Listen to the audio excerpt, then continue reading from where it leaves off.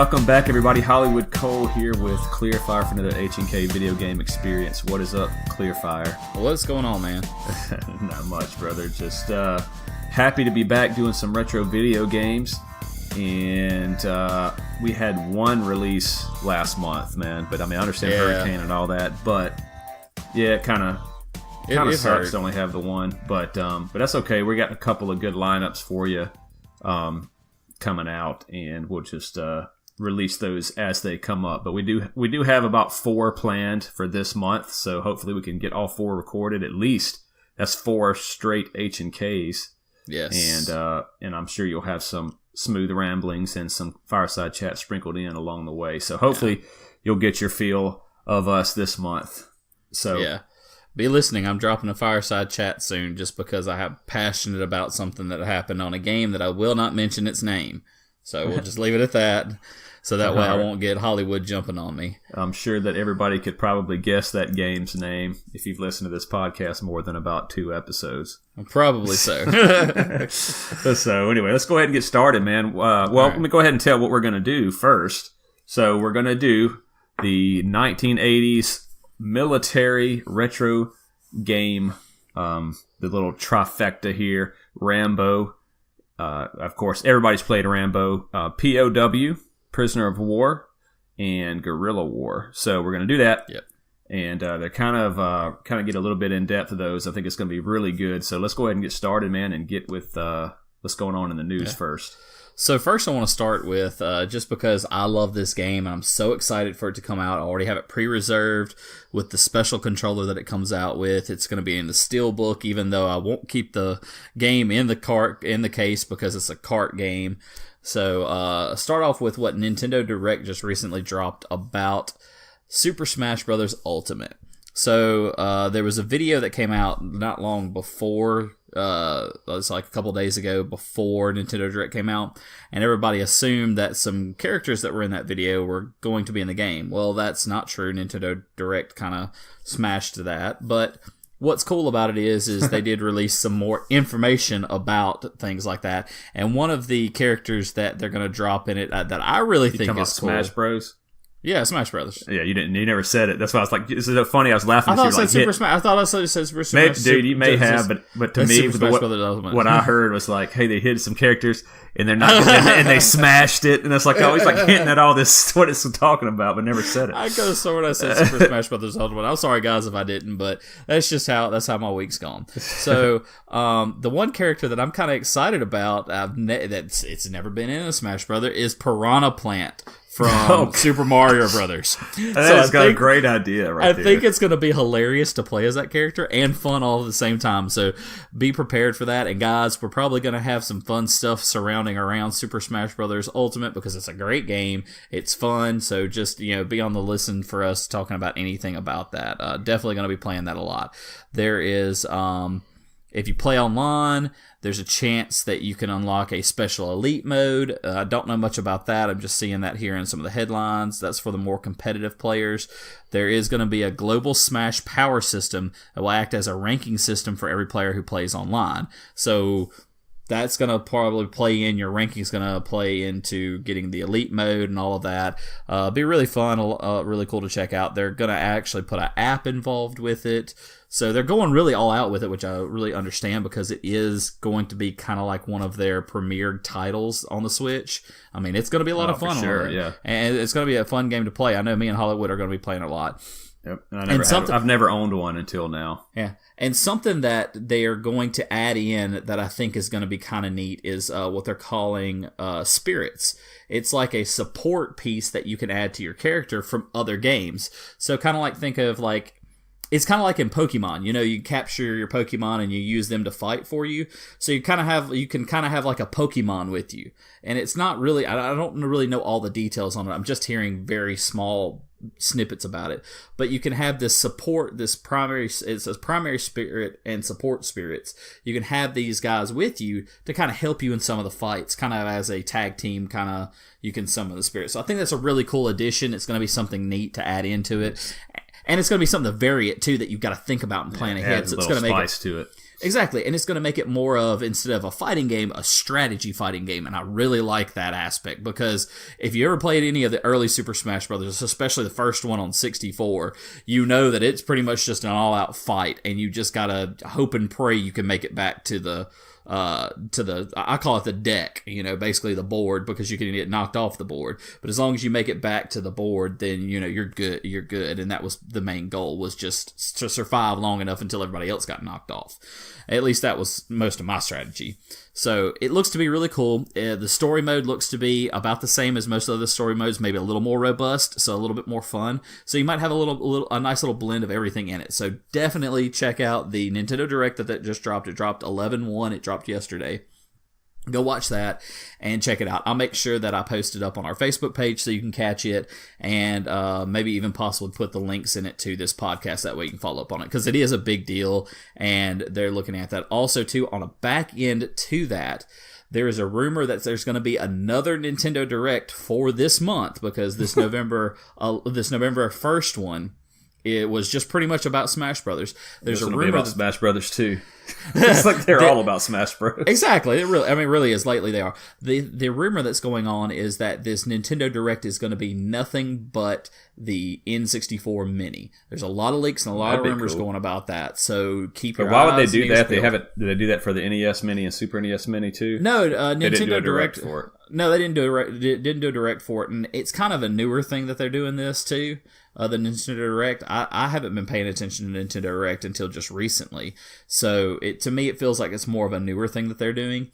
But I think it's a good idea too, especially if they decide to do it, and hopefully they'll release the N64 Mini before the holiday season. It's right around the corner. We're only 3 weeks away from Thanksgiving. It's crazy to think that. It's just kind of weird to be like, all right, on the Nintendo 64 here at Direct, we're going to have GoldenEye. Anybody ever played that? Yeah. We're also going to have Ocarina of Time. Anybody? What are they going to really reveal? Well, they can reveal the design of the console, because there's a lot of rumors going out of how it's going to look. Yeah, but a whole Direct for all that. You know what I'm saying?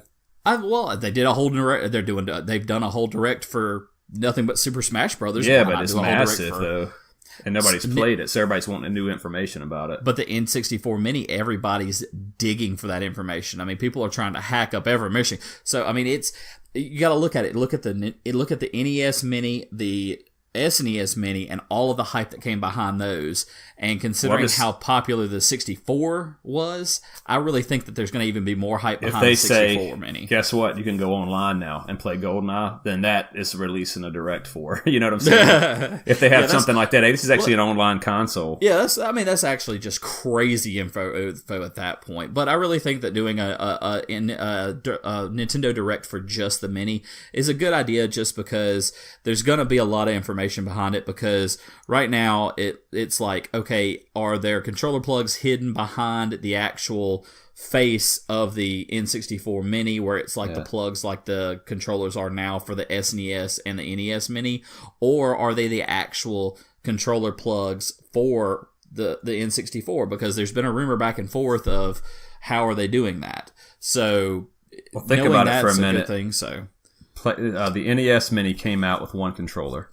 It was $50 or $60 or whatever. And then it was getting a whole new controller. I don't remember the exact price, but we'll just even say $20. I don't know what it was. And then the Super Nintendo Mini was $80, and it came with two controllers. Okay, yep. So let's just say it's $20 per control. So now, if you have a Nintendo 64, which was we've already talked about on the Nintendo 64 podcast, how that was a couch co-op system. That's what it was all based around. Well, now, are you going to release 4 controllers for it? Are you just going to release 2? The controller itself is larger. It's probably going to be more expensive. It's analog, blah, blah, blah. So maybe Nintendo said, all joking aside, I mean, I don't know. It would shock me if they did it. It would be a good move. But if they go, you know what? Instead of doing all this controller stuff, we are going to make it online. And you can just play your co-op online stuff. I mean, that would be sick, and I mean that would be a must-have at that point. Well, yeah, it definitely would be a must-have because I mean, you look at all the different games that you can now play online. I mean, they better include Super Smash Brothers. They better include Conker's Bad Fur Day. They better include GoldenEye. I mean, those are 3 games right off the top that are just major hits for them that they got to include on the N64 Mini. I think that it would be really smart to drop the N64 Mini now with Super Smash Bros. Ultimate coming out, because then you can play the old classic and you can play the new hotness. I mean, you got it all wrapped up in one. And I mean, think about it. Christmas morning, you go in and you open up all your packages. You got Super Smash Bros. Ultimate there, and you've got the N64 Mini with Super Smash Bros. On it. Dude, you're going to be like so geeked out for like 2 days, or for, heck, longer than that. I mean, us just being older, of course, it's only going to be a day or two because we don't get that much time. But, I mean, think about it. The kids are just going to be, blasting through that. It'd be really awesome. The only thing I can say about the Nintendo 64 being online is unlikely because they just have the Nintendo online, and they got the NES games. They're going to go to Super Nintendo. They're going to go to N64. Exactly. So they'd be shooting themselves in the foot. And what was the other thing? Of why? I can't remember. Anyway. This one. This is what I was going to say about Direct. It kind of ties into what you were talking about for Smash Bros. So before you answer, I'm going to let you talk about it, but Smash Bros. DLC has already been announced for it, and a season pass has already been announced for it. So, Direct for Nintendo 64 Mini. Hey, guess what, guys? You can buy extra games to download onto your 64 Mini if you want to. If Nintendo starts taking this route, oh man, that's not going to be good. Well, it's for a stretch for the Mini. I get it. I don't think they'll take that route, because when you look at what just happened with the PS1 Mini, which in my mind, I'm sorry, it's terrible. I mean, I'm not happy with the PS1 Mini, at least the American release. I mean, the Japanese release looks like it has a great lineup, and they're all geared toward RPGs, which everybody out there knows. Me and Hollywood both are big RPG fans, so I kind of feel like we got a little shafted there, but we'll talk about that later, probably either in another podcast or maybe later on, but I don't want to bring that up right now. So, but yes, when you're looking at Super Smash Bros. Ultimate, they are dropping, like Hollywood just mentioned, you've got a quote unquote, I don't think they call it a season pass. I think they call it something else. But it's $24.99, and you get 5 additional characters, some extra boards, and some other stuff. Or you can pay like $6 a character throughout the release, and they're going to be releasing these characters. And Piranha Plant's actually going to be one of those characters, but you can get it free if you pre-ordered. So it's... Oh, I got to pre-order then. Yeah, as long as you got pre-ordered, you can get Piranha Plant. So see, I got Red Dead 2. And I got a pre-order code in there, and I didn't pre-order it. So it's always like the first ones. Yeah, if you go and get it, if you get it the day of, especially at GameStop, they usually give you a pre-order code because they usually have a ton of them sitting there, and they're really cool about that. Especially if you build a relationship, guys. That's something I want to just mention real quick. If you're a gamer, build a relationship with the people that you buy your games from. You end up getting extras in the long run for low to no cost. It's real worth it. Well worth it. Build your relationships with your gamers, with your people that sell you your games. I like to be jerks to the ones I buy games from. Right. Just kidding. No, I got my go-to. Actually, it's been destroyed by the hurricane. It wasn't destroyed.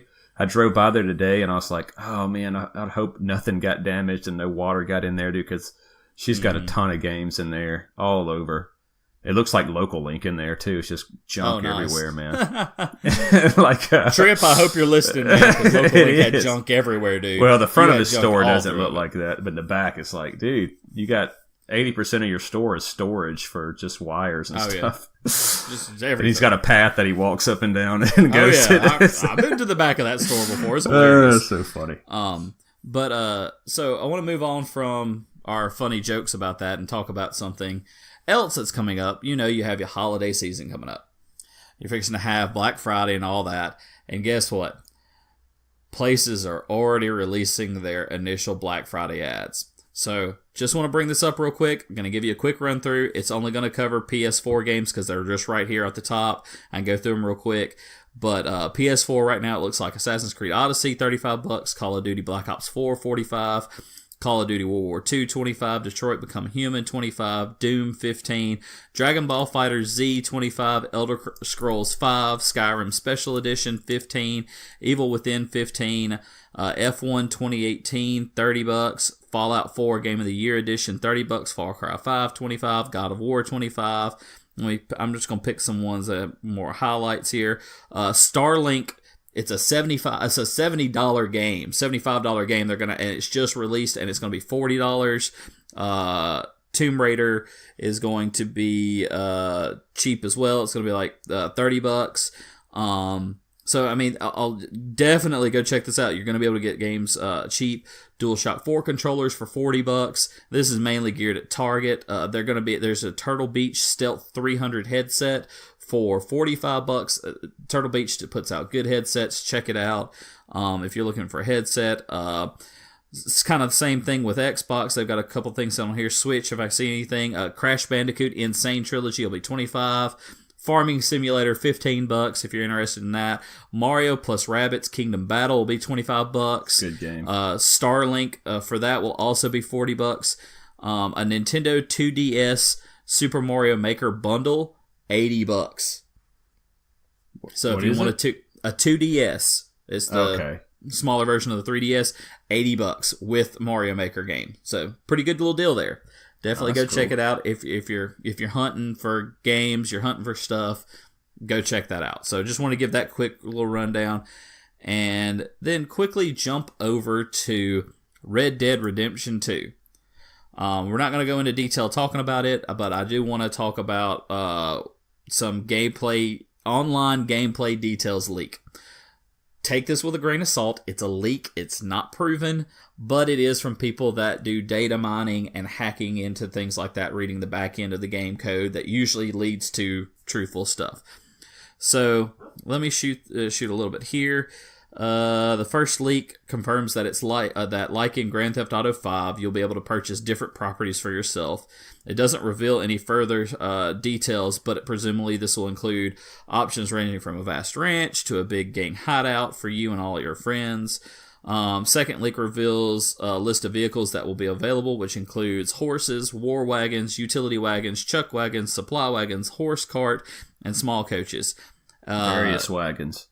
Do what? Various wagons. Exactly, various horse. wagons and a horse, because you're gonna have to have a horse to pull the wagon. So, but that's all that. It's not final, but they're hoping also too that you can own your own train and railroad line possibly. Cool. So that could be cool. And then the last leak all the time.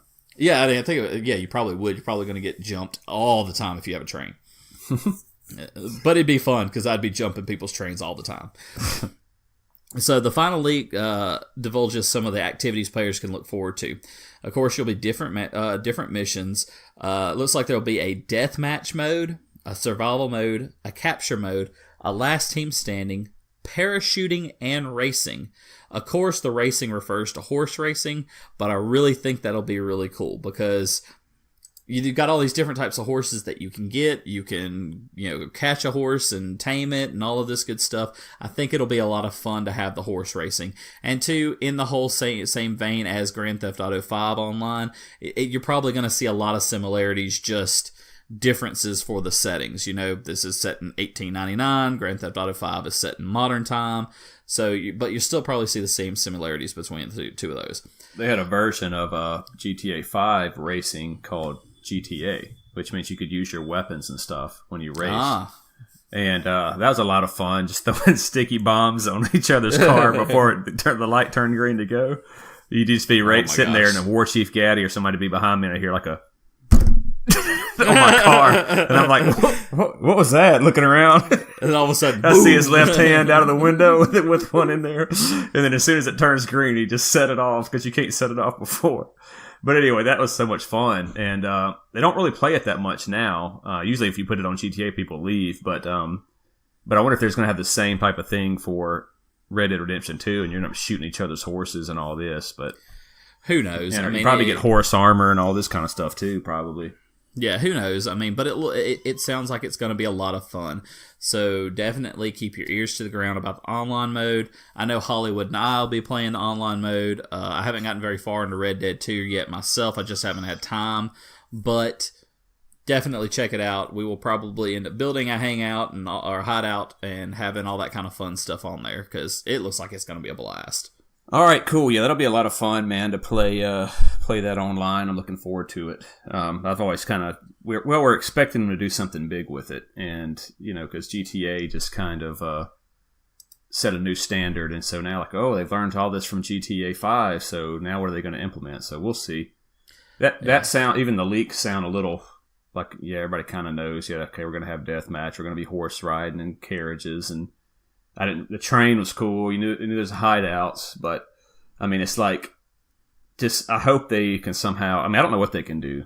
You had planes and everything in GTA 5. Yeah. Sure, you had boats or something. Exactly. The leaks are kind of obvious. Like if you've played the game, it's kind of obvious that that's kind of where it's going to go for the online play. But it's nice to hear.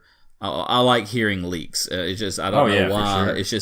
It's just kind of like almost that confirmation that what you're thinking is going in the right direction or not. Yeah, so true that. It'll be good to see. And like I said, it's going to be nice when they finally do release the online mode. And I kind of like the fact that they're dropping the story. Like they've already dropped out the story, of course, which it released last week, week before last.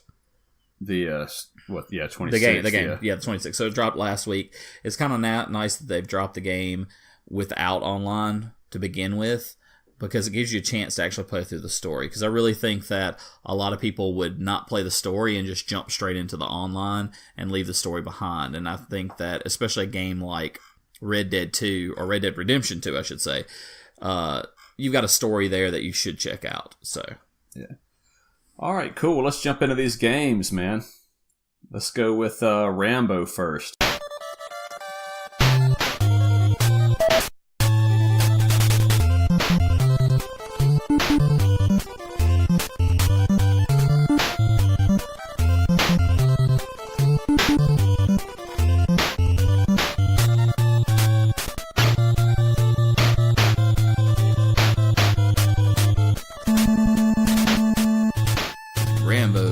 Old school Rambo, obviously based off the movie the First Blood Part 2, and I mean the game follows it exactly.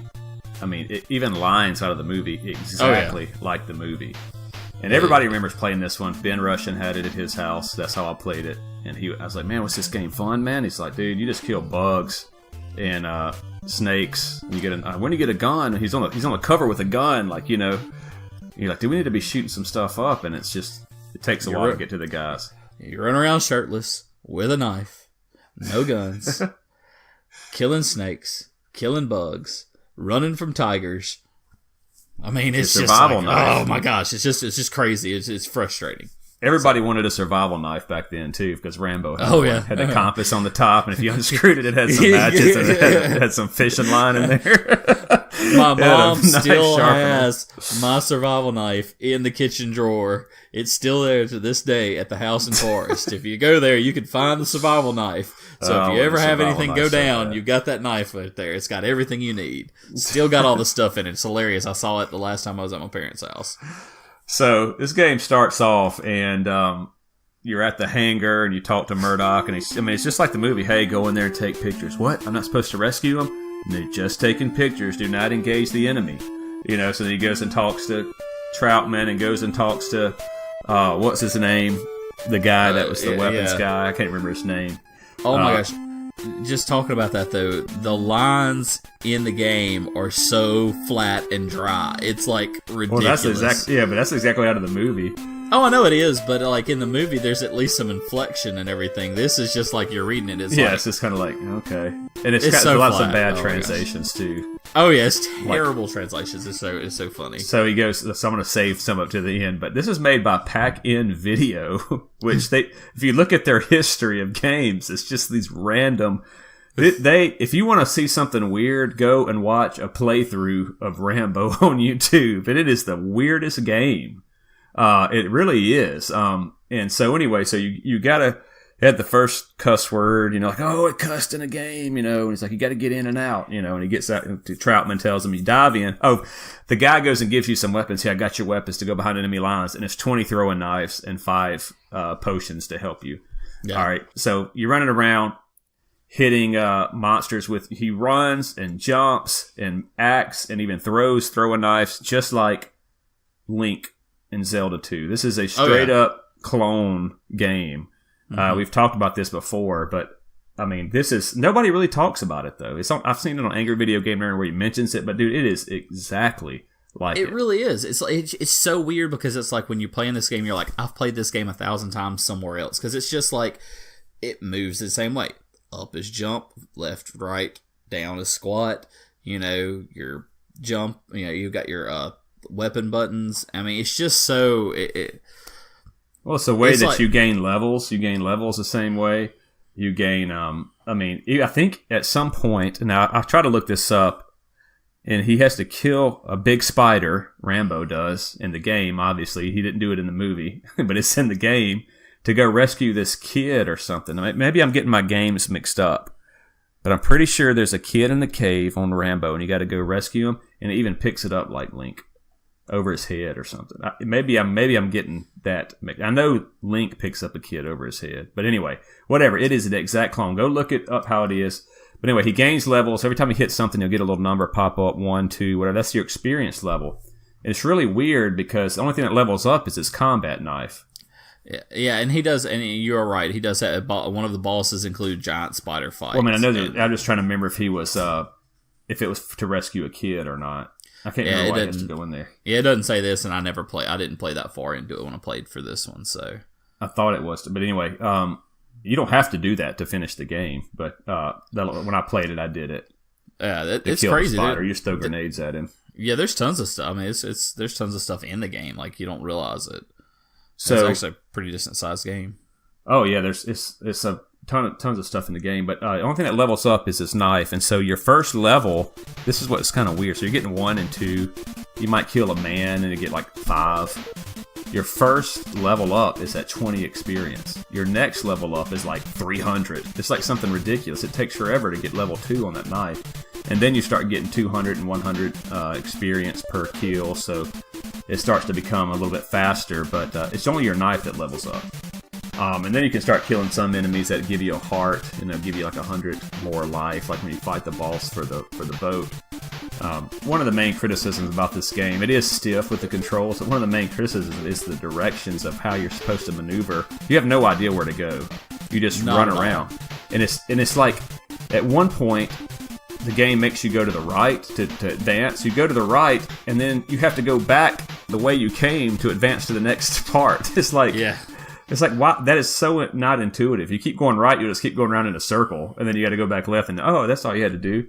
Yeah, it's just so weird. Or the whole thing of where you go to the point of where you find the little thing that says north and south. Yeah, I mean, and it just says S or N, and you don't know. I mean, it never tells you that, it just says you have to, like, one time it says you have to go south to get to the hangar. It's like, how in the world do you go south? There's no, like, and then you just see this little thing, and you're like, maybe if I press the button here, and it goes. It's just really weird. It's like the only way to go. I mean, you might as well just have, like a door or something, somehow to push up, and then I don't care if you're going north or south. I don't know which way I'm going. I mean, I don't care if I had a magical door there. At least if it's a magical, just that random door in the middle of nowhere, like in Mario Brothers 2, where they had the doors all over the place.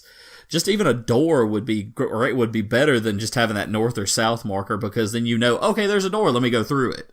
Versus, well, do I go north? I mean, how does that function? It's supposed to represent the top of your survival knife. Yeah. So like it's so frustrating. So it is a very frustrating. You got your weapons at the top: throw a knife, arrows, bomb arrows, machine gun, grenade. Yeah. So it was fun to get the bow first, because obviously Rambo uses the bow a lot. Get the bomb arrows. You're like, oh man, this is gonna be awesome. So you're doing that. Everybody that you run into, every dude is just a different. Well, there are variation of enemies. They got a decent variation, but most of the just soldiers are just a different color. They all run at you and try to drop kick you. They got a machine gun, but then they'll try to drop kick you. All I got to do is run up to them and back up, and as they land, hit them with your knife. Yep. You just do that throughout the whole game to get past those parts. I hated the falling snakes. That was my most thing that I hated.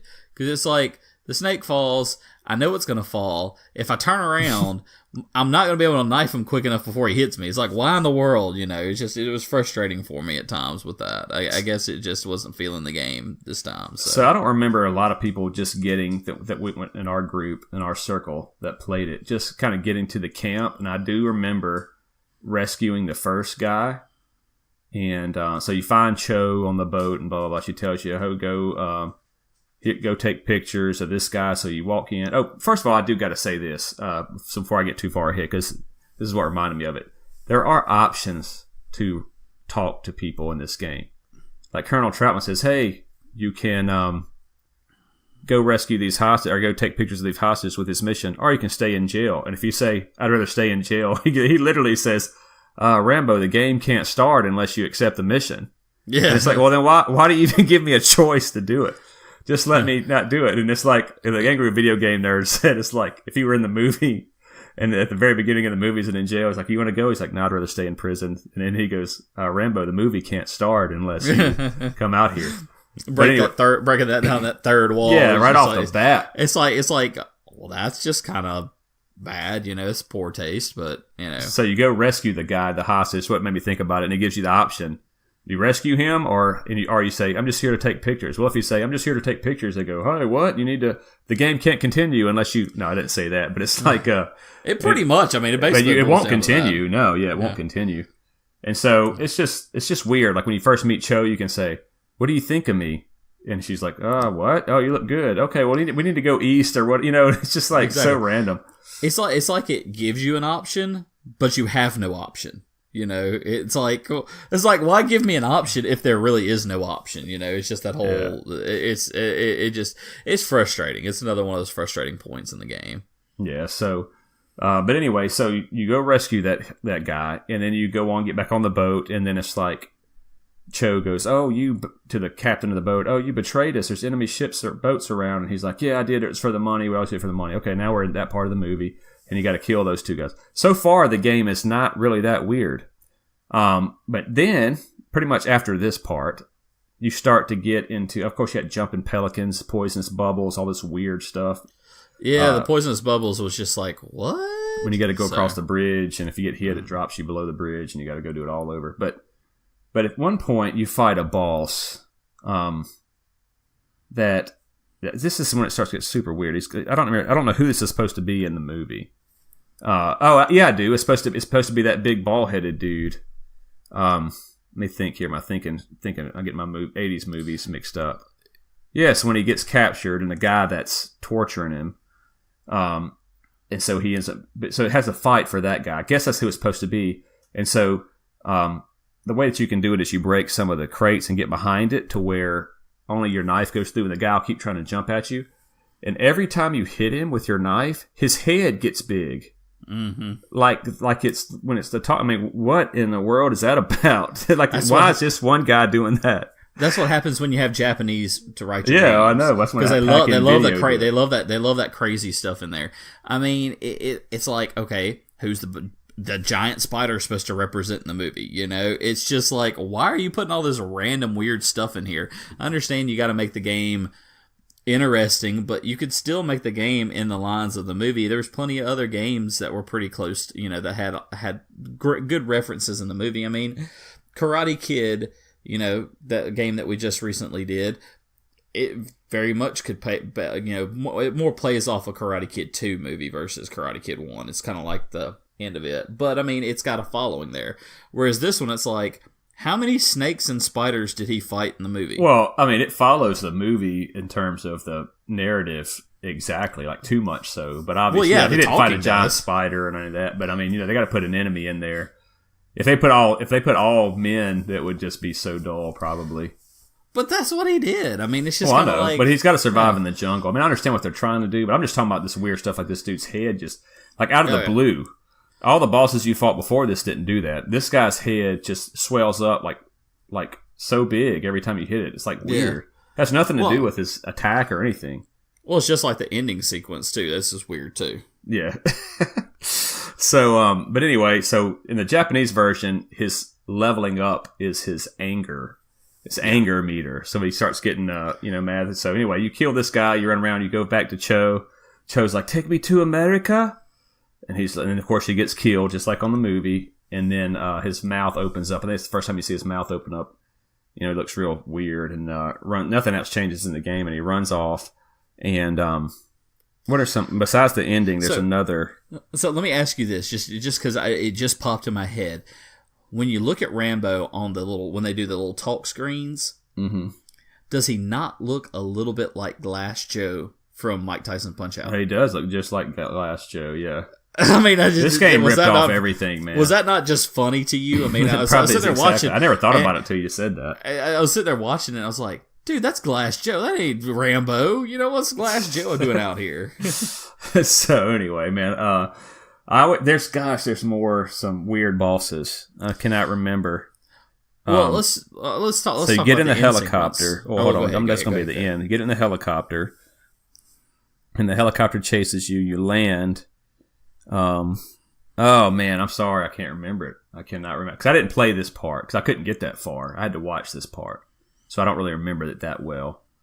But anyway, so you go back. You go rescue the hostages, and you go back to Murdoch. He's like, Murdoch's like, I take orders. I don't make orders. I take them just like you, And then of course he's like, mission accomplished.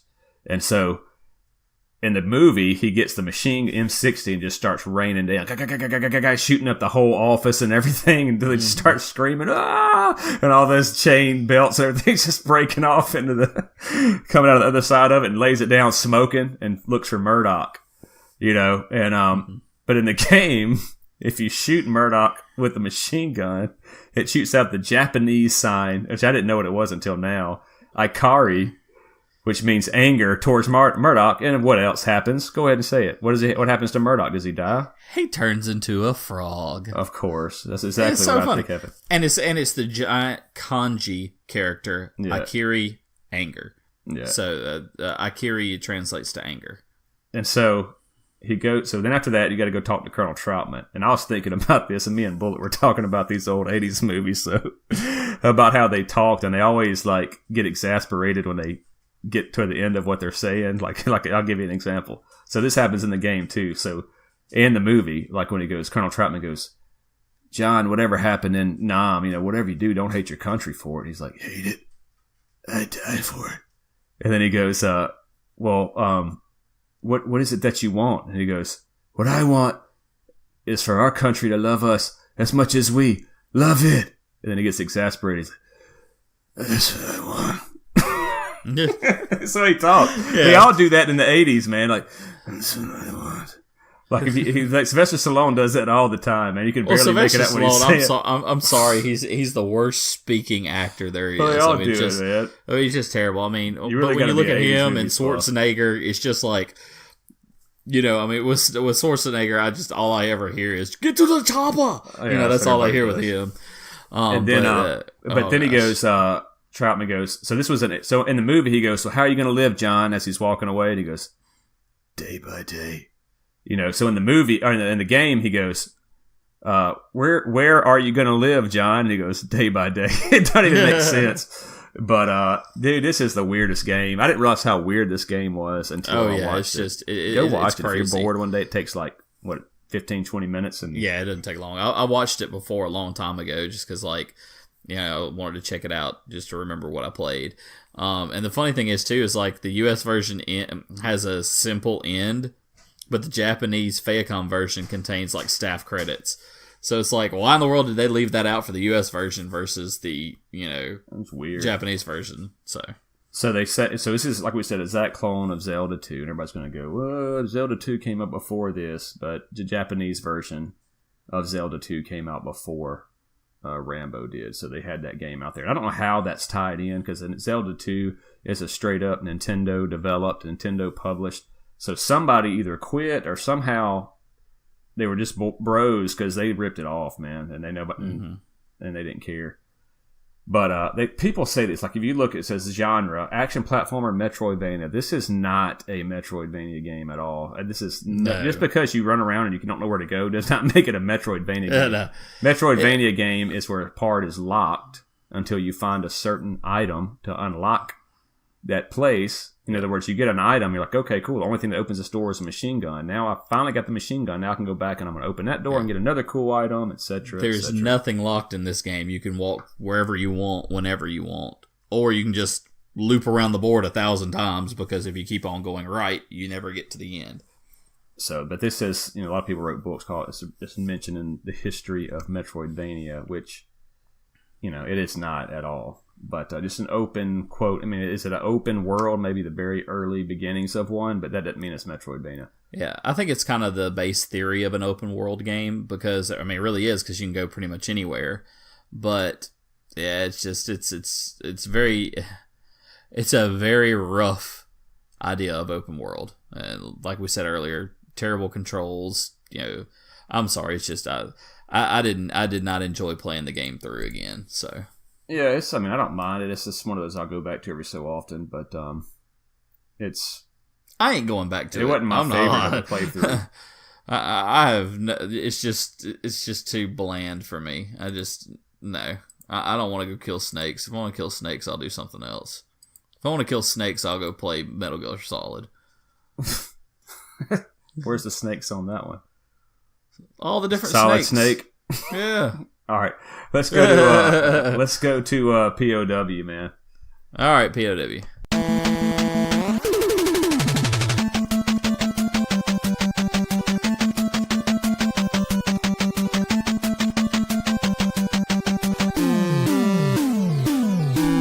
All right, so Prisoners of War. So another war. Continuing on with our war theme, Prisoner of War's HnK game. So was the next one.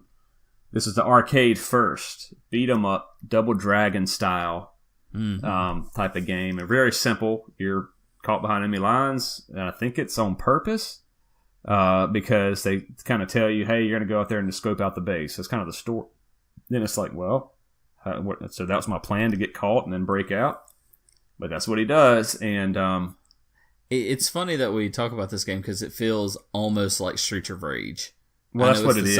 I know it's the same dragon. It's pretty much just Streets of Rage or Double Dragon cloned in something else, It's kind of funny. It's like, so far, both games we've talked about are kind of clones of other games. Yeah, but that is, you could, all of them are going to share a same kind of it's not a dead theme clone, but it's just... was it Double Dragon, beat 'em up, so then you had Renegade, you had Bad Dudes, you had... Final Fight...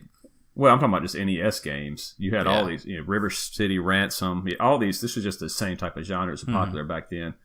But the big mistake for this one, they did one player only, for the NES. These type of things, somebody come out with a 2-player co-op. And I think River City Ransom was, so you can't say it's not doable. Of course, these look a little bit better than River City Ransom. It actually plays really good, and the graphics were good, POW. Yeah, that POW was actually fun. I enjoyed playing it. It's hard, though, man. Oh, man, it's so hard. You get 2 lives, and you try to go through there. And you go to the first boss first let's just talk about some of the powers. So you got a punch and kick button, right? Every enemy looks the exact same, pretty much, except for a different color.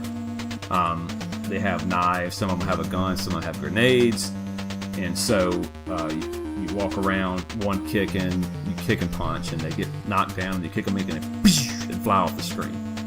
So they'll drop a knife or something, pick it up for an easy 1 kill. You get other power-ups, like an A for armor, so now your knives and bullets will bounce off you. This is something that the NES added later.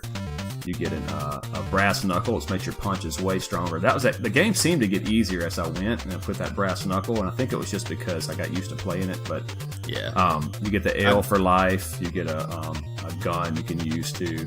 Yeah. I'm definitely going to go back and play this one again and play it a little bit further, just because, one, I just kind of got into it just to, remember a little bit of it. And then 2, it's just, God, this game really is a tough game. Like, compared to the other beat 'em ups, like Streets of Rage, I know it's a Sega game, but I felt like Streets of Rage was a lot easier than this. This one was definitely, it was a tough one. Yeah, and so I mean, there's so many things that one. So you got 4 life bars, and you can somebody hits you with a knife, it takes away like half your life. It's like 2 hits. Somebody shoots you with a gun, you are dead. A grenade, you're dead. And there's one part in the first stage. The stage is like 4 or 5. I think there's got to be more than 4 stages. I've heard that the NES version has 4. The NES version has 6, and the arcade has 4. Because I finished 3 bosses, and I wasn't on the last boss. This is what this says. It says a POW camp, a warehouse, a jungle, and the enemy's base. Occasionally, it will attack a player with vehicles. So it's probably just mini bosses. Yeah. So you're looking at the final. Yeah. But you go through the first one's a helicopter. So if you have your gun, someone will give you some little tips, just like we're like a little game, Nintendo Power or Game Informer, like I first said. So if you get the gun, and with the gun you can just kind of hit them with the butt of the gun or shoot, and the bullets will kill them in one shot too. So if you save that gun and just kind of do the butt people with the shoulder part of the gun, the stock, then you can shoot the helicopter right and it'll kill it like instantly. Supposedly, I hadn't done that. Otherwise, you got to kill the guys that have the grenades before they throw it. Pick up a grenade and throw it. I think it takes like 5 or 6 to blow the helicopter up. And then, but at some point, on the first stage, you're walking through, and this guy just comes down the ladder and starts throwing grenades. Pew, pew, pew, pew, pew. If you get hit by one of them, you're dead. Like I said, you only got 2 lives. Then you got to go through, and then the second boss is the hardest boss of any game that I remember playing in Parade. He has a shotgun that boosh and it sprays out, and he drops grenades when you run up to him. And if any one of those, and he runs from you the whole time. And so if any of them hits you, it kills you instantly, dude. Oh man, it is brutal. And so the third boss though is a guy named Fat Man. I ran up to him and just punched him, and he never did a single hit to me. And I killed him and moved on to the next one. I don't even know what he does. I just beat him down that fast. Oh, that's good. That's awesome. And so I didn't get to the third. I got to, so on the 4th stage. So that's what I'm saying. I have to fight the freaking shotgun and grenade man again, the number 2 boss, and he just wiped the floor with me, man. I mean, I died one time, twice in a row. Like died, came back, died, like that fast because the grenade was sitting there on my blinking body or whatever it does when it kills you. Yeah, and it bring me back and it give me any grace period when I jump back in the game. But dude, so here's another little trick for you, and this is what I put in to get to that level. There's actually so if you play it, you heard it here first on the title screen. If you press A, B, B, up, up, down, left, start, you'll now start with 20 lives. And that's what I had to do. Oh my gosh. Yep. Oh, I so needed that. Yep. I needed 20 lives. No, I tried to play it regular first and then get past the first stage. Oh yeah, I probably got halfway through the first stage and it was like, oh my gosh, this is a nightmare. Because you can keep on going in those little sheds or whatever, the houses. Oh yeah, and every time I'd go into the house, it's like you got 2 guys there. Okay, well I know fighting tactics keep both of them in front of you. If you kick, you most likely can hit them both at the same time. Yeah. One of those little boogers would get around to my backside, and they both have knives, and one would stab me in the back. And as soon as I try to punch him, the other one would stab me in the back. So it's just like, I keep on turning back and forth, and 2 stabs, I'm dead. I'm like, oh my gosh, it's just so frustrating. It's really just it shows how basic, some of these beat 'em ups were. I mean, even on Super Nintendo era, like Final Fight and all that, it's hard to go back and play them. They're just so, you have to have 2 players to try to change the experience up a little bit. And I just hate to do that. Yeah. I mean, because it was an arcade game, ported it over to NES. So, I mean, it's just like, why didn't you bring that, 2-player over to the NES? It just makes it frustrating. Just didn't have the computing power or something, but it runs good. The controls are fine. I mean, the jump kick looks so dumb though. They could have done something with that. It's like he jumps and his leg's already out front, so he flicks his leg out. It looks so stupid. You just got to see it. It's funny. It is, but compared to Rambo, this was actually fun. Like, even though it's frustrating, it was still fun. Well, it's one of those pick up and plays. I mean, Rambo's probably one if you know where to go and everything, and kind of know how to do it, you can pick it up and probably do it. I mean, I don't know. I've never been able to get through it. I played it and just said, I'm going to try to see how far I can get, and I get the same place every time, and it gets tough, real tough. Yeah. So, yeah, POW, there's not a whole lot to say about it, man. This came out in 88. All these came out in like 88, 89, so some of them 87. So, or late 80s, this is when you got into them. People still learning. They're getting the arcades, which were designed to suck in quarters. Now they're going to the NES, and they're just keeping the difficulty, though. And exactly. It's killing brutal. you. It's crazy. Something funny just for any geeks out there, just because we've always talked about, like, I know that I've mentioned, like Super Mario Brothers, the space, the size of it would fit on, multiple times on what our standard MPEG, the MP3, not MP3, but MPEG video, what am I saying? Picture, JPEG, not MPEG, but JPEG file, a standard picture file, like you could put Mario Brothers on there several times. Well, this game was made in 256 by 224 pixels. So, like, thinking about it graphics wise, when you're looking at 4K, that's like what I forget the pixelation, but it's thousands by thousands. Where this one's just 256 by 224. It's just crazy to think that it was that just that size of a game. This one I just remember renting a lot and play. I never owned this one. I just remember renting. I never owned any of these, actually. But I did have this one in my collection. I thought I was going to have to go get a emulator or go buy it. And I was like, oh, there it is. Cool. Because we were kind of talking about doing G.I. Joe, but then I didn't want it to be, like we did the 80s movies. I didn't want it to be, okay, these are also movies. This is just war games. But G.I. Joe is an awesome game. We're going to have to do it our own HnK for that one. I think it's separate for G.I. Joe would be fun because it was a fun game. Oh, yeah. That game is just expensive now, too. Being about $50-$60, I think, last I saw. But anyway, cool. Final game is probably the funnest one for sure. So much fun. Yeah, Guerrilla War.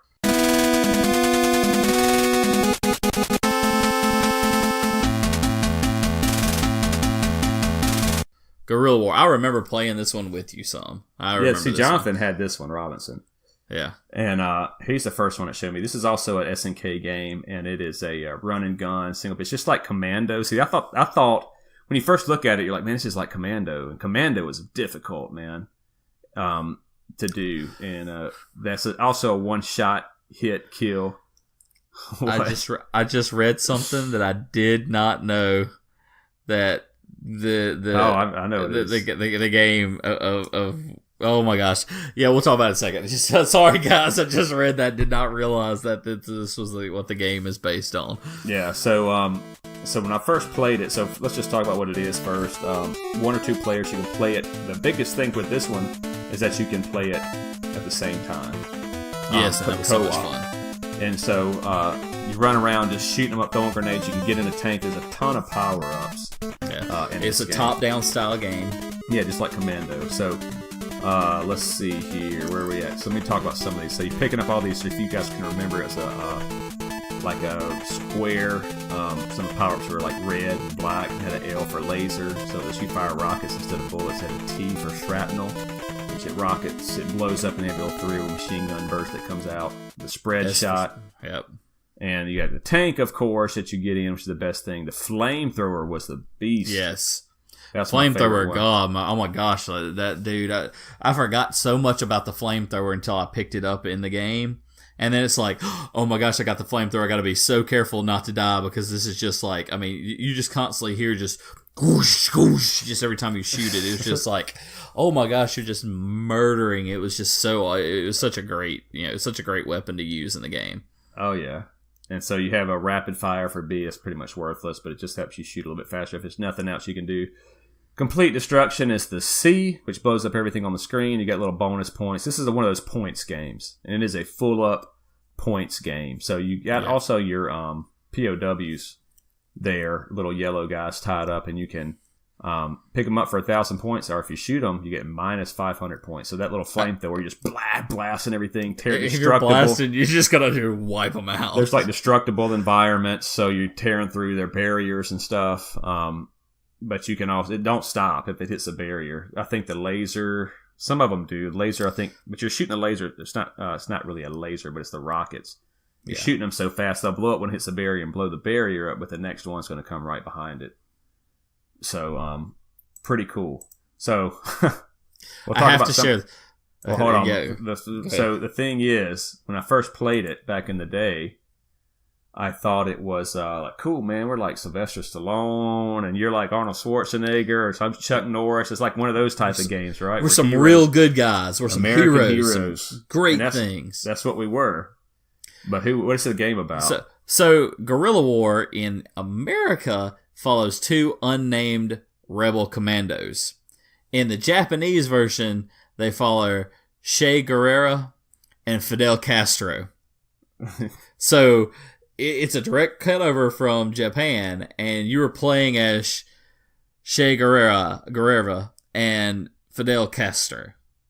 And I'm like, when I'm reading this, I'm like, so you mean the entire time we were playing as these terrible socialist people that were just that ruined a country?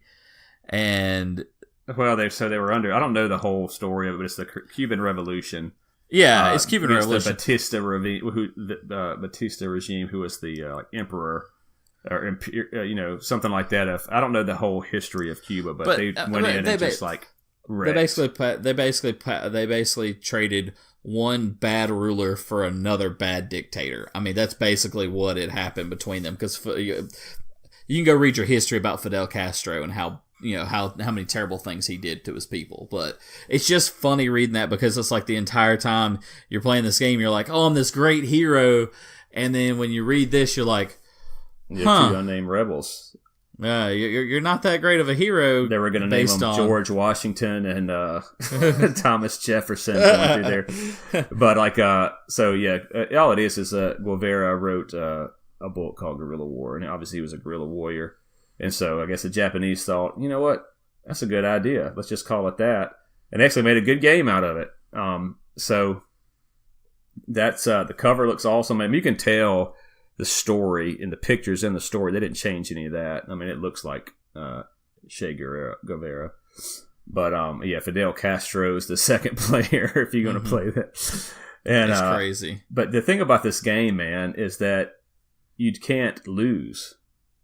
That's what's so crazy about it. You can always continue. So let me just kind of put my experience in here. So like I keep bringing up Commando, because Commando was difficult. Commando does not play like this. It's slow. It's one of the early ones, but it's, and you're shooting around, and you shoot the guys, and they kind of back up, stumble back. One hit kills for you. I think you got grenades, but you're limited on grenades. This has unlimited grenades, but so I'm playing Guerrilla War. I mean, this is going to be difficult, and it is difficult for as far as like if you can try to play it without dying or get a high score or something. But we kept dying, and then you just push start and continue, and it's right there again. So you get to play all the way through.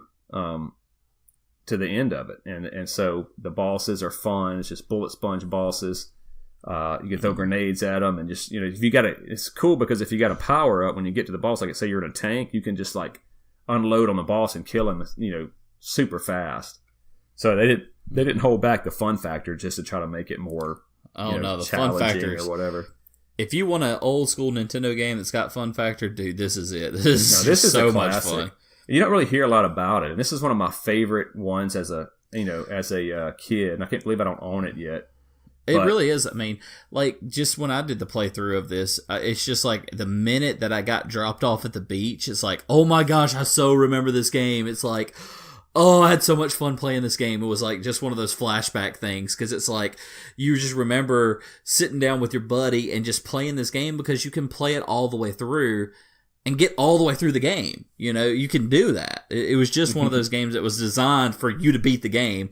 And I guess it's kind of because since, you've got the Che Guevara thing going on there. Because they actually won in Cuba, so they have to let you Exactly. win. So they have to win in the game, since they actually won and overthrew going.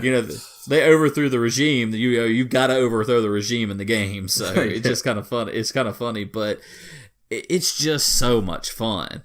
I mean, yeah, you get annoyed by certain things, but it's like, oh, I died. Okay, cool. Whoop, I'm right back. So, yes, but what's the key that they did, man? They let you play simultaneous. That's I mean, you didn't have online to get on here. Let me just play online, and I'm just going to get on here and mess around. Now it's the opposite. Couch co-op's kind of weird, but I guess it is for us because we don't have any. I don't have any. I never had a friend. The last time I had a friend over to play video games was probably 1996 and or 7 when we just got our license and Bullet comes over and plays Goldeneye. But anyway, so Unlimited continues like it said. So Ultimate Nintendo Guide to the NES Library gave it a perfect 5 out of 5 rating. This is definitely my fun factor. It so deserves a 5 out of 5 rating. It so deserves the 5 out of 5. I mean, you can beat the game. You can easily beat the game. It might take you some time if you die a lot, but you still beat it and have fun doing it. Yeah, so if you don't own this one, this is a must-have for your NES collection. It's just a great time to sit down and play with somebody. It probably takes you, how long? It really is. 20 minutes to finish? 20, 30 minutes maybe. I mean, it just really depends on how much you're dying. I mean, if you die a ton, I mean, it's going to take you longer. But if it's going to be over 20 minutes, yeah. So yeah, it's about probably 30. If you put 30, 45 minutes into it, you could probably beat the whole game. I mean, I'm definitely going to hit up my connections over in LA with the game stores over there. I'm going to call World 8 and see if they got a copy of it and see if they'll send it to me. Because, dude, it's such a fun game. I want to have it in my collection. I don't think it's expensive either. So this is kind of a fun fact. Electronic Gaming Monthly's list of top 10 game politicians. They ranked it 5th to Fidel Castro. That's crazy, man. And he was the second player. Yeah. He wasn't even the first player. Che Guevara. Yeah, Guevara. Sorry if I'm butchering it. Yeah, it's Argentinian. I know I'm butchering his name, and I apologize for it. But you got death by firing squad. When he was 39 years old. I'm a deep Southerner guy, so you just have to forgive me on my accent. So anyway, you got anything else to say about this one? I mean, is that a whole lot to say about it? Other than it's just a blast. I mean, like Hollywood said, if you can get a copy of it, go out and get a copy of it and play it. It's just so much fun. You remember you got to fight the... let me just kind of give somebody some that hadn't played it in a while. So at one point, that's one of the memorable things that I remembered the most about it. I mean, you got all these different bosses, but one boss in particular is this 2 big, muscle-headed, big dudes driving a bulldozer. So you blow up the bulldozer, and then they get out and chase you. Mm-hmm. And so you're running. I don't know who they're supposed to represent during the revolution, but and they'll end up grabbing you, slinging you around, and throw you to the next stage. And then you're playing 1 or 2 stages, and you run into them again, and they pick you up and throw you in this hole. And then you go to the next stage, and then they're in what you kill them by. They're in some kind of tank or something, and you just blow it up, and it's over. Yeah. You know, so it's something like that. I mean, I don't know who they're supposed to represent. I'd like to find the maker. Like, who is this supposed to be? Was it like 2 big bodyguards for Batista's? I don't know. It's crazy. I do want to say the one stage that I do remember that I loved, that when I was doing the playthrough, I didn't play all the way through for this just because I started to remember everything, was the board that you're on, like the mine car, and you're just killing things as you go down the mine. I remember that board. Well, now you whip out your little whip. Yeah, you're popping that whip and just kill. No, you're capturing the good guys. Oh, that's right. You're rescuing people. I'm sorry. I've got 2 different games crossed there. But yeah, it's just... I just remember that stage, and it was like, oh yeah, that was so much fun, because you're just going down there doing nothing but scoring points. It's kind of like a bonus stage. Yeah, and your tank you get in, if you take too many hits, it'll blow up, or if you just ride in it too long. And at first you're kind of like, why is it if I ride in it too long? In the arcade version, your tank has a fuel gauge. Yeah, I totally forgot about that. And so, like, when I'm first playing it, all of a sudden I hear this beeping. I'm like, what is that beeping? And all of a sudden, boom, and my guy dies. And I'm like... oh, that's right. The tank will kill you. Yeah, you can die in the tank, and I totally forgot that. But oh my gosh, this would be a good game to do a competition on as far as high score. Yeah, it would be. It'd be fun. Whoever gets the high score, wins or what? I mean, so that's all you can do. So yeah, I mean, you got to try to get the hostages. You really got to be careful where you fire, and obviously not die. Yeah, you might end up taking the game a little bit slower and a little more serious then at that point, but still, heck, it'd be a fun competition. So, anyway, what else you got, man? That's about it. I just really enjoyed playing through these games with the exception of Rambo. I hated Rambo. I'm sorry. But of all these games, Rambo's the one that everybody played for sure. Oh, most definitely, because it's Rambo. I mean, how many people watched the movie Rambo? Yeah, especially when you're 8 years old. Yeah. So, I mean, but it's like, that's what it was. I mean, but yeah, when you saw that, you're like, what? Because everybody knew who Rambo was. Mm-hmm. But got that survival knife. Oh, so, yeah. But anyway, well, cool, man. You want to lay out our Twitters and whatnots? Yeah, so don't forget to follow us. We got our Facebook page, HnK EXP. You can look that up on Facebook, find us there. We've got our Twitters, both Hollywood Cole and Clearfire and HnK. We've got Instagram for both Hollywood Cole, Clearfire, and HnK. We've got us on Podbean. You can look us up, HnK Video Game Experience on Podbean. You can look us up on Spotify, iTunes, Google Play. We're everywhere. Podcast Addict, Castbox, iHeartRadio. We got the gamut of there. Check us out. We even got an email, so if you want to shoot us an email, HnK Video Game Experience, you can shoot us an email. And just make sure you give us a like, a follow, listen to the podcast, and enjoy keeping up with us. So on Red Dead Redemption 2, without giving too much spoilers away, did you see what I tweeted? You know what I didn't. Okay, you probably hadn't gotten this far. I mean, it's not way deep into the game. It's just a little. I don't even remember if it's a side quest or a main quest or whatever. But at some point, you got to go and I won't give as many details as possible, as few details as possible. There's a little guy. He's got to go rescue the brother. He's fallen into this like religious cult or something, and then you pull up to the cult, and they're like, they all get to huddle together. Oh, and they start going, shell of safety, shell of safety, shell of safety, and they're all like gathering together. And so I went on Twitter and just put shell of safety, right? And so see what happened? Nothing happened. Of course not. But that's the kind of stuff you're missing out on by not following Hollywood Cole. There you go. I mean, you get that great. And don't forget, Hollywood Cole was the very first one to post D's nuts. That's right. On there. Octopath Traveler. From Octopath Traveler. It's hilarious add-in that Octopath Traveler happened. I mean, guys, if you follow us, you get these funny things. First picture ever published. The first screenshot of it. It is the first one that was published. And now probably 100 people have stole it and said they're the first ones, but he did it. Yeah. And I'm shadow banned too, so. Oh yeah, we've definitely been shadow banned a bit because I've seen our viewers or the people seeing our post fall down again, but it's gone back up. Well, they'll show you. They'll make it look like your post is getting out, but nobody will. I mean, you're not getting the engagements. That's the thing. You're getting a lot of views, but no engagements. It's like, the Twitter guy is getting ready to. He's proposing to take the like button off of a tweet. What? Yeah, seriously. And here's the reason why, in my opinion. Then put the hate button on. Yeah, give us something. Yeah. There'll be plenty of hate to be dished out on there, but that's why. Because I guarantee it's because people that are new to Twitter like us, you can't really. Twitter is its own community. So remember when you used to get on AOL Online and like Talk City and all this, and every time you kind of go in there, you kind of see the same people, and that's kind of what. Twitter's, these guys do it all the time. I mean, they apologize if they, sorry I hadn't been tweeting, guys, because, I was just so busy with whatever and da-da-da.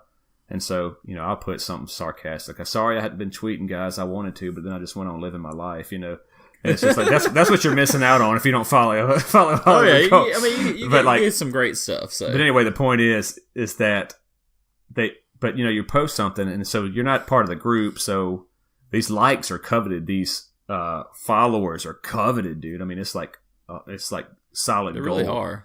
And on the Twitter or whatever. So, but if guys like me and you or whoever's new to it, it's hard to kind of get traction. So if they just kind of take away the like button, everybody's a little bit more equal, and at least it disguises that people are watching my tweets. Look, I just went down to how many people viewed it, and it was 40. So I think that's. Cover up. That's my personal opinion on it. That's why they're doing it. But he's not necessarily saying he's going to do it. He is proposing that, and he's kind of toying with that idea. Anyway. Nah. Old Twitter. Oh, yeah. Twitter's just a pain. So, all right. Well, cool, guys. I'm going to get this one out to you guys as soon as possible, and we got a great one next week. As long as we can line it all up, I think you're really going to like it. A little bit different. Another fan versus hater for you. And so stay tuned for that one. Hopefully that's the next one because I just mentioned it on this podcast. I hope so too. If it's not, it'll be soon. But anyway, thanks for listening. All right, take care, guys.